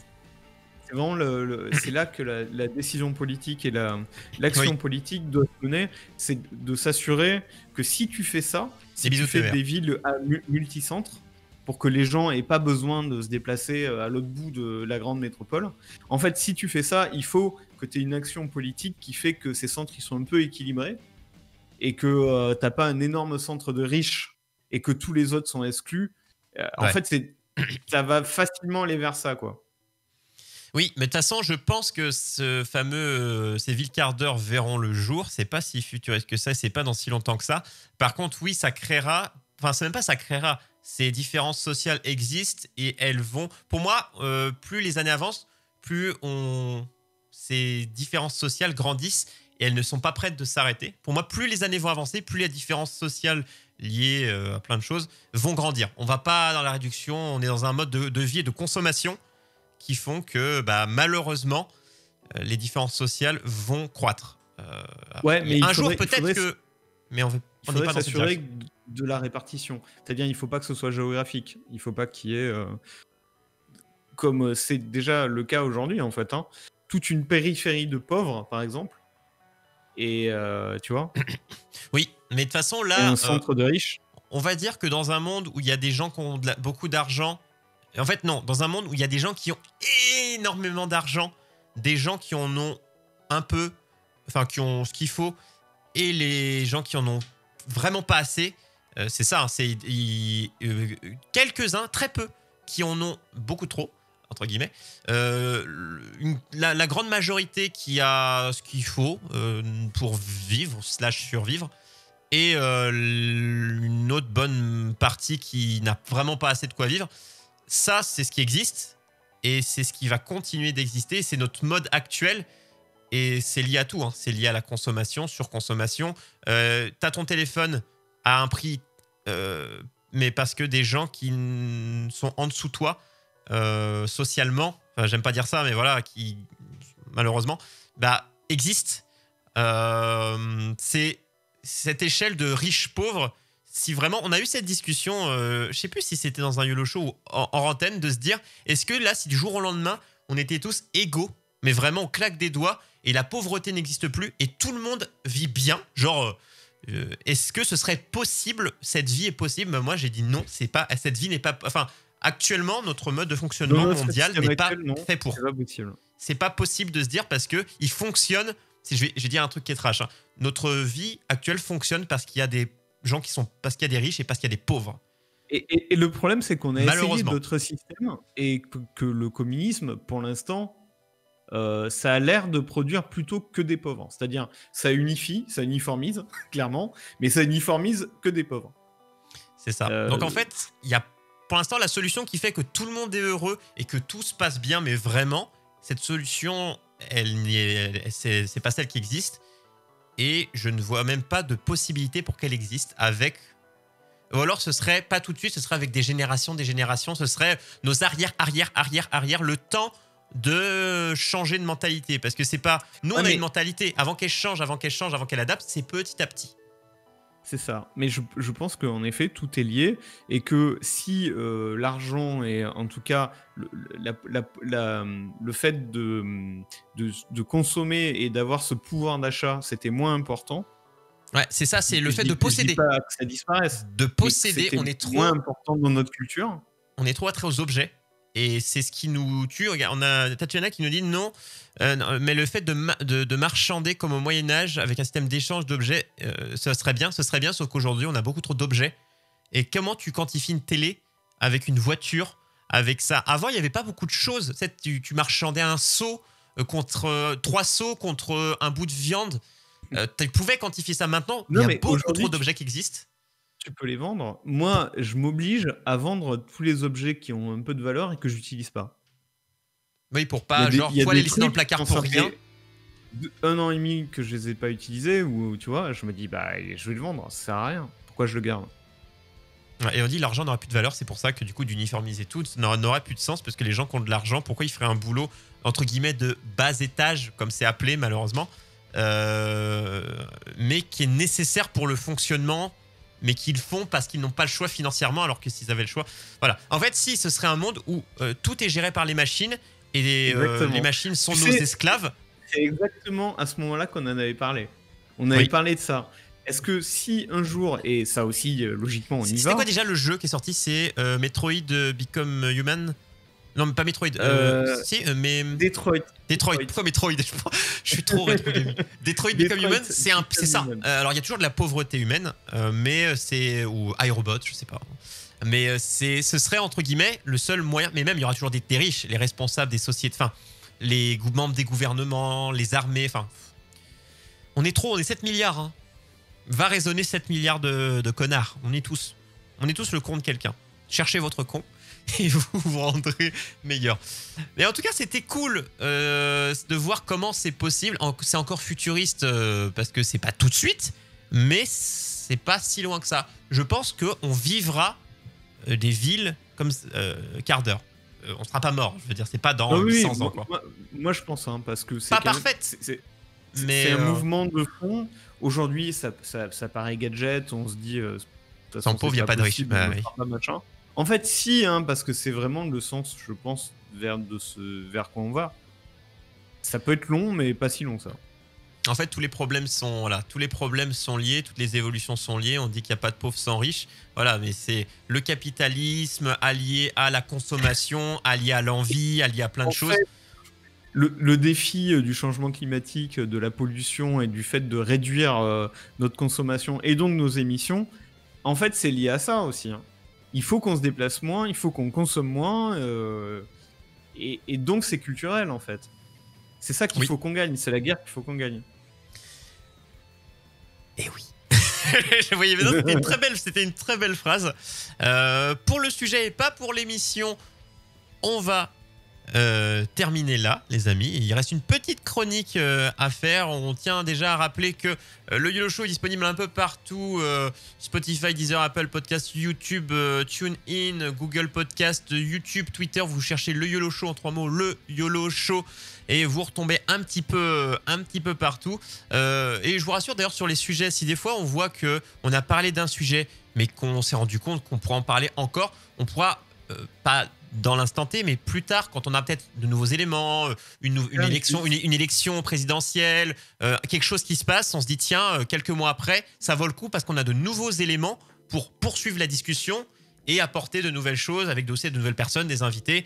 On a parlé il n'y a pas si longtemps que ça des financements participatifs. On en reparlera en invitant quelqu'un qui est porteur de projet sous un autre angle avec autre chose. Mais voilà, quand on parle d'un sujet, il n'est jamais fermé. On peut en parler 8 fois. On a déjà fait l'hypnose. On va refaire un sujet sur l'hypnose parce qu'on avait largement pas fini notre débat la dernière fois. On aura toujours notre invité Hypnosphère. On vous le tease, on ne sait pas quand encore. Et quand on voulait passer aux études pratiques aussi, on voulait essayer l'hypnose. Oui, c'est ça. Alors, je sais pas, on trouvera un cobaye. Petite jingle, beaucoup de petites choses. Hein. Je suis pas très grand, donc c'est pour ça que je dis. La chronique, vous allez voir. J'ai dit petit, on va s'amuser. Allez, petite jingle. Encore une fois, petit.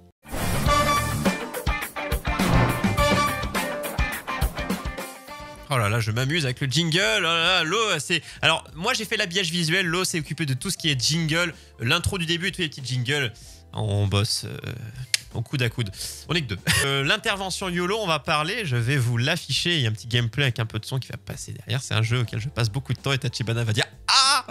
C'est Super Mario Bros 35. Pour ceux qui avaient look je sais pas si c'est le dernier, mais en tout cas un des derniers Nintendo Direct où ils avaient annoncé avec les 35 ans de Mario, où ils avaient parlé d'ailleurs de... Est-ce que je l'ai là?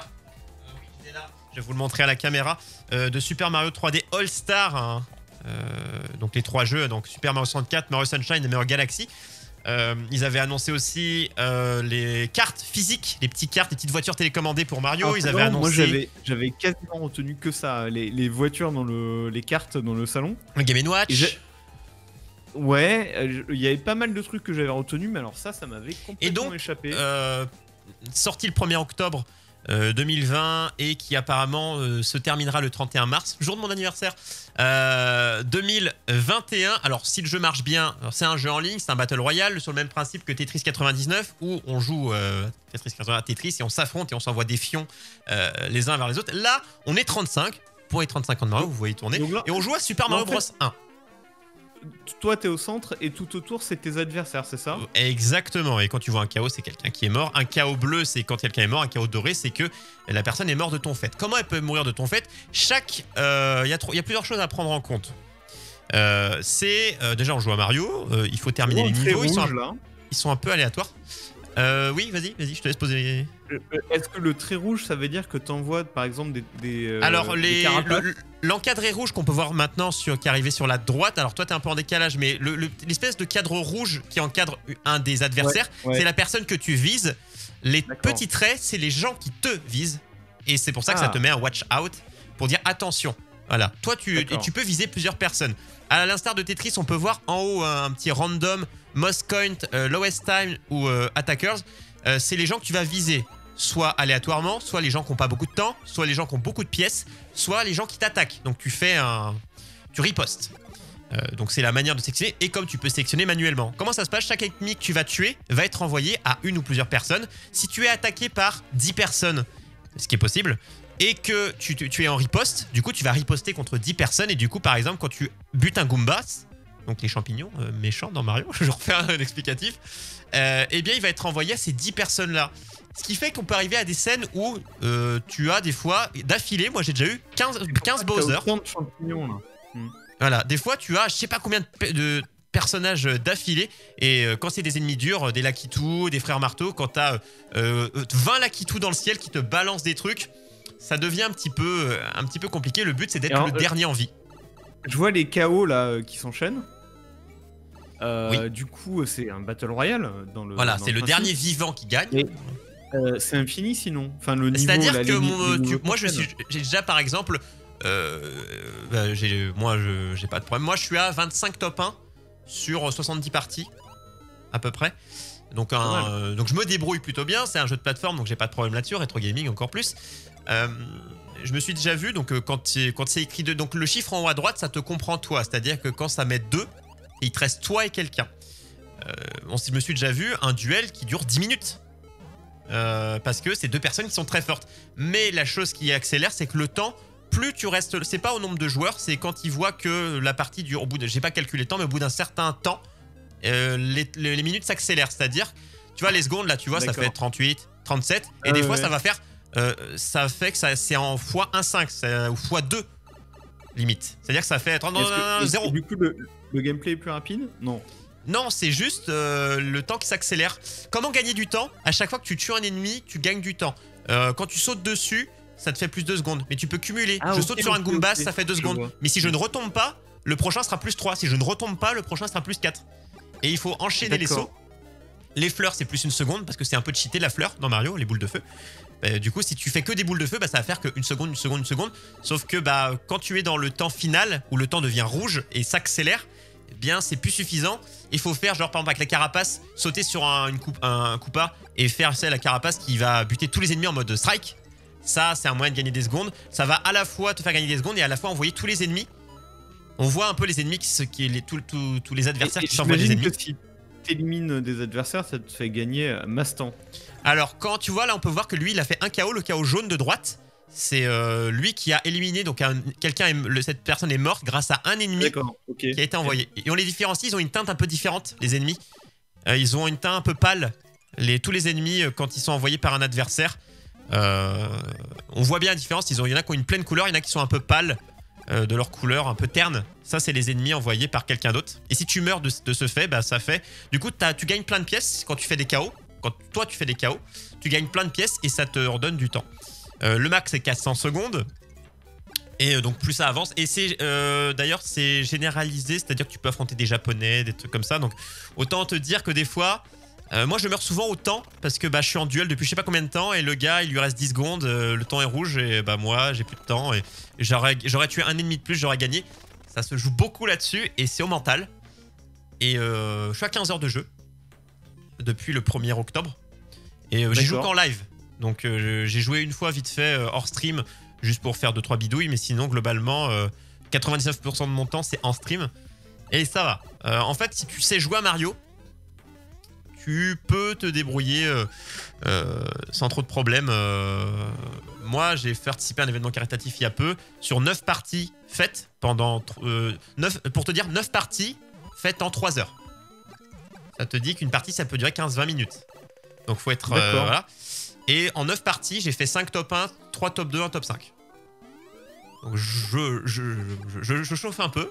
Ça va, on n'est que 35, je dirais. Si on était 100, ce serait un petit peu autre chose. Le jeu doit s'arrêter le 31 mars ou pas. Hein, s'ils voient que le jeu fonctionne très bien, peut-être qu'ils vont le repousser. Est-ce qu'il y aura un intérêt? Le jeu devrait s'arrêter, c'est-à-dire... Ouais, ils ont annoncé que le 31 mars, il était supprimé, le jeu. Ça, c'est spécial, ça. Et donc, attends, il est gratuit, c'est ça? Oui, il est gratuit. Bah, faut avoir la Switch. Okay. Faut payer les online, puisque tu joues online. Ah oui, juste, tu peux le télécharger, mais c'est juste que tu pourras pas jouer en ligne. Mais le online, je crois que c'est, je sais plus, 40 € par an. 30 €, 35 € par an, je sais plus. Un truc du genre, quoi. Tachibana, moi, je suis pas très Nintendo à la base. J'ai une Switch, mais pour les jeux indés. Bon, ce Mario-là, il y a joué, bien évidemment, dans sa jeunesse. Et enfin, voilà. Il le connaît. Et par contre, moi, j'y ai joué sur NES à l'époque. Ça, il connaît. Mais je dis bien qu'on sent très bien les gens qui ont joué, parce que des fois, moi, pour te dire, moi... faire un top 5, je le fais... je réfléchis même pas, quoi. Faire un top 5, c'est comme manger. C'est parce que je sais jouer à Mario, quoi. C'est creuser le top 5. Du coup, en fait, c'est plus... jusqu'au top 5, c'est juste bah, ne pas mourir bêtement dans un trou. Parce qu'en fait, plus ça avance, plus les ennemis... Tu vois, au début, t'auras pas 4... Là, on voit le temps, il devient rouge et s'accélère beaucoup plus. Et plus ça avance, plus il va s'accélérer. Donc il faut chercher à regagner du temps régulièrement. Alors, ce qui est bizarre, c'est que tu vois pas. Là, tu vois le temps qui reste aux joueurs qui jouent, mais tu vois pas le temps qu'ont les autres, si. Bah non, ça te permet de pas savoir trop où ils en sont, donc à toi-même de te concentrer sur ton propre. Pas forcément exactement qui attaquer. En fait, déjà, tu peux savoir qui n'a plus beaucoup de temps parce que son écran devient un peu rouge. Tu peux savoir qui a combien de pièces, parce que tu vois le nombre de pièces qu'il y a. Je vois ça. Ouais. Tu vois en haut des petits écrans. Alors, à quoi servent les pièces? Tu vois en haut à gauche une sorte de petite boîte point d'interrogation où il y a un petit 20 pièces en dessous. En fait, tu peux utiliser donc à l'infini, mais tu as besoin de 20 pièces. C'est-à-dire, si tu as plein de pièces, ça va. Coûte 20 pièces. Voilà, bah, tu vois, il l'a utilisé. C'est une sorte de petit de boîte et qui va utiliser un objet et qui coûte 20 pièces. C'est-à-dire que ça peut te sortir une étoile qui te rend invincible, un champignon pour te faire redevenir grand, une fleur pour te faire grand plus Mario boule de feu, ou le POW qui va buter tous les ennemis visibles à l'écran à l'instant T. Ça, globalement, c'est faut accumuler plein de pièces. Tu t'en sers beaucoup vers la fin. Quand t'es assailli, imaginons que t'es à un écran, que t'as beaucoup d'ennemis, tu dis punaise t'es petit, vite la roue, je veux une étoile. Tu l'écran d'un coup et tu survis un peu, quoi. Voilà, c'est ça en fait. C'est le petit ajout. Là, par exemple, il a 26 pièces, il peut l'utiliser encore une fois. Moi, globalement, quand c'est vers la fin, j'ai 400 pièces. Mais globalement, c'est pas adapté. C'est-à-dire que tu peux être grand et un champignon. C'est grand, donc t'es grand, donc t'as le champignon plus la fleur. Mais tu dis, punaise, je veux une étoile. Mais ça va peut-être te donner 5 fois d'affilée un champignon. Ce qui, du coup, ne va rien te donner. Tu vas avoir. C'est comme si, tu sais, les gachas, tu mets une pièce, tu tournes, tu ouvres. Et c'est comme si t'avais 5 fois le même personnage. Mais t'y peux rien. Des fois, moi je fais souvent des bons calls. Des fois, je dis putain, une étoile. J'ai l'étoile.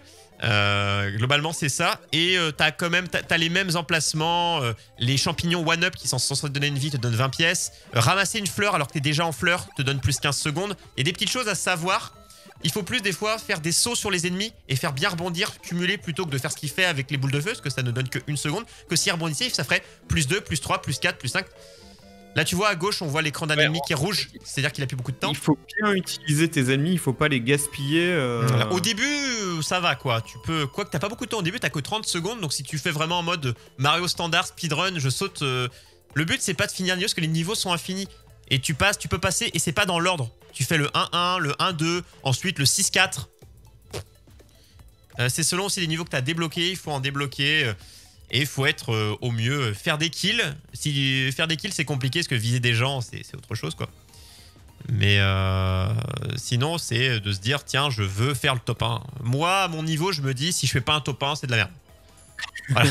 D'accord. Écoute, c'était la première chronique du YOLO Show. Voilà. Et ben, je trouve que c'est réussi. Tu m'as donné envie de m'intéresser à ce truc-là. Alors que Donc, Super Mario Bros 35 sur Switch, gratuit. Voilà. Donc, Super, comment tu dis que ça s'appelle Super Mario Bros 35 pour les 35 ans de Mario. N'hésitez pas, si vous avez une Switch et que vous payez le online, eh bien, il est gratuit. N'hésitez pas. Il est, alors pour l'instant annoncé, disponible et il sera supprimé au 31 mars 2021. Donc n'hésitez pas. C'est toujours sympa. Je voyais pas trop comment ça pouvait être fait parce que j'avais vu l'annonce et je me suis dit, tiens, je connaissais Tetris 99. Je suis pas trop fan de Tetris. Je suis pas bon, c'est pour ça. Et c'est, pour moi... très bien réussi et j'en ai fait des streams de 3 heures d'affilée sans être lassé. Moi, il y a des gens qui sont lassés, mais moi je l'ai pas été. C'est sympa de voir la façon dont Nintendo fait de la Battle Royale, quoi. T'as tellement de façons différentes de... Ah, le BR est toujours d'actualité. Connu, mais finalement tu peux le faire de façon complètement différente à la Nintendo. Exactement, donc voilà, jouez-y si vous aimez l'univers de Mario. Et bon, si vous payez déjà le online, que vous avez la Switch, vous pouvez jouer un petit peu, vous faites quelques parties. Et ça coûte rien, de toute façon, comme il sera supprimé, testez-le et au moins vous pouvez dire ça c'est fait. Ou venez me voir en live sur ma chaîne Twitch, comme ça, vous pourrez voir plein de parties parce que j'en stream quand même pas mal, puisque j'en profite. Et mon objectif, j'en suis à 25 top 1 all time et j'espère faire 100 top 1 avant le 31 mars. En live, évidemment, je ne compte que les top 1 en stream. Donc, il y a des fails, vous pourrez aller voir sur mon Twitter, Théodore-FGS. J'ai posté j'ai fait un petit tweet avec un passage où je suis fait top 1, mais le serveur crash. Et on voit que je fais top 1, hein, mais sauf que c'est pas comptabilisé parce qu'on voit le serveur crasher. Donc, n'hésitez pas à aller checker la petite vidéo, elle est dispo aussi. Ouais, alors, on n'a pas un petit moment pub, forçage dans le YOLO Show. Ça serait le moment de vous rappeler que sur Cooldown TV, vous avez des commandes. Et par exemple, si vous faites point d'exclamation, je pense que ça doit être Troyer, ou Troyer 150. Troyer 150 peut-être. Ouais. Yes. Et bien, vous avez tous les réseaux. Ce que vous voyez écrit sur les côtés des caméras, regardez-moi, c'est l'inverse. C'est hop là, regardez. Hello 0, bah, c'est sur son côté gauche et sur votre droite. Sur les côtés des webcams, vous avez les points d'exclamation, donc 350 ou low_0, et vous avez les infos de moi ou de Lo pour retrouver pour moi-même mon Twitch, mon Twitter et mon les streamers de Cooldown TV, et puis ça marche pour le YOLO Show en faisant point d'exclamation YOLO. Oui, pour Tachibana, je sais que tu connais, évidemment. Modo, modérateur de génie. Mais pour les autres, c'est le cas pour tous les streamers de la Cooldown TV, comme vient de dire le 0. Bah, je pense qu'on a fait le tour, les amis. Une émission bien menée, des belles news. On espère que l'équipe de France a fait... Rondement menée. Ils ont peut-être gagné 7-2. On espère. Ils avaient fait un bon score mercredi dernier. Donc j'espère que ça va bien se passer. En tout cas, on espère que l'émission vous a plu. Chaque mercredi, 21h, 22h30, un peu plus, des fois. Ici même, sur la Cooldown TV, disponible en podcast. D'ailleurs, l'émission de la semaine dernière, en audio, elle est disponible. En vidéo, elle est disponible. Dites-vous à chaque fois, je le redis, avant que l'émission d'après soit lancée en live, c'est-à-dire qu'avant mercredi prochain, 21h, vous aurez sur YouTube et sur les applis de podcast audio les deux sujets. Du coup là, les deux sujets de ce soir seront podcastés, découpés indépendamment, comme ça vous pourrez les réécouter. Donc comme ça au moins, avant que l'émission suivante commence, les podcasts seront disponibles. Vous n'hésitez pas. YouTube, ça manque de followers, n'hésitez pas à nous suivre sur YouTube, sur Twitter également, et à donner vos avis, parce qu'on attend que ça. C'est vrai, sur YouTube, on veut vous voir sur YouTube. venez. C'est ça. Parce qu'en fait, on estime qu'on fait des choses et qu'il n'y a personne. Sur YouTube. Voilà. Donc ici, donc n'hésitez pas à en parler autour de vous, à faire venir les gens sur les podcasts, à les faire venir en live. Si vous avez des idées de sujets, des personnes à dire, tiens, j'ai mon pote, il fait ça. Je connais machin, il fait ça. Ah, tiens, tel sujet, je connais. N'hésitez pas. Vos connaissances ou vos idées de sujets, n'hésitez pas à nous envoyer sur Twitter, n'importe où vous pouvez écrire un message, un MP, où vous savez que ça va nous contacter. Vos idées et peut-être des personnes que vous connaissez dans votre entourage ou autre pour participer à l'émission et on vous répondra avec plaisir. Et Geoffrey, j'ai déjà contacté pour un truc, t'inquiète pas, Tachibana. Geoffrey a déjà été contacté. C'est donc tous les mercredis soirs, le YOLO Show à 21h. Et la tradition, on va raid quelqu'un. Ah oui, on va raid, on est 3. Est-ce qu'on le fait à 3? Est-ce qu'on n'attend pas d'être un peu plus? Je ne sais pas, je propose parce qu'on m'a toujours dit c'est pas le nombre qui compte. Quand on est peu nombreux, il faut raid des gens qui sont encore moins nombreux. Par exemple, je vois le bistrot des gamers, ils sont 2. Voilà, et ben allons-y. Entre associations. Voilà. Il faut se soutenir. Et ben écoutez, bonne soirée, à très bientôt. Oui, on fait des bisous à ceux qui étaient là. Ah, merci. Et la bise aux autres.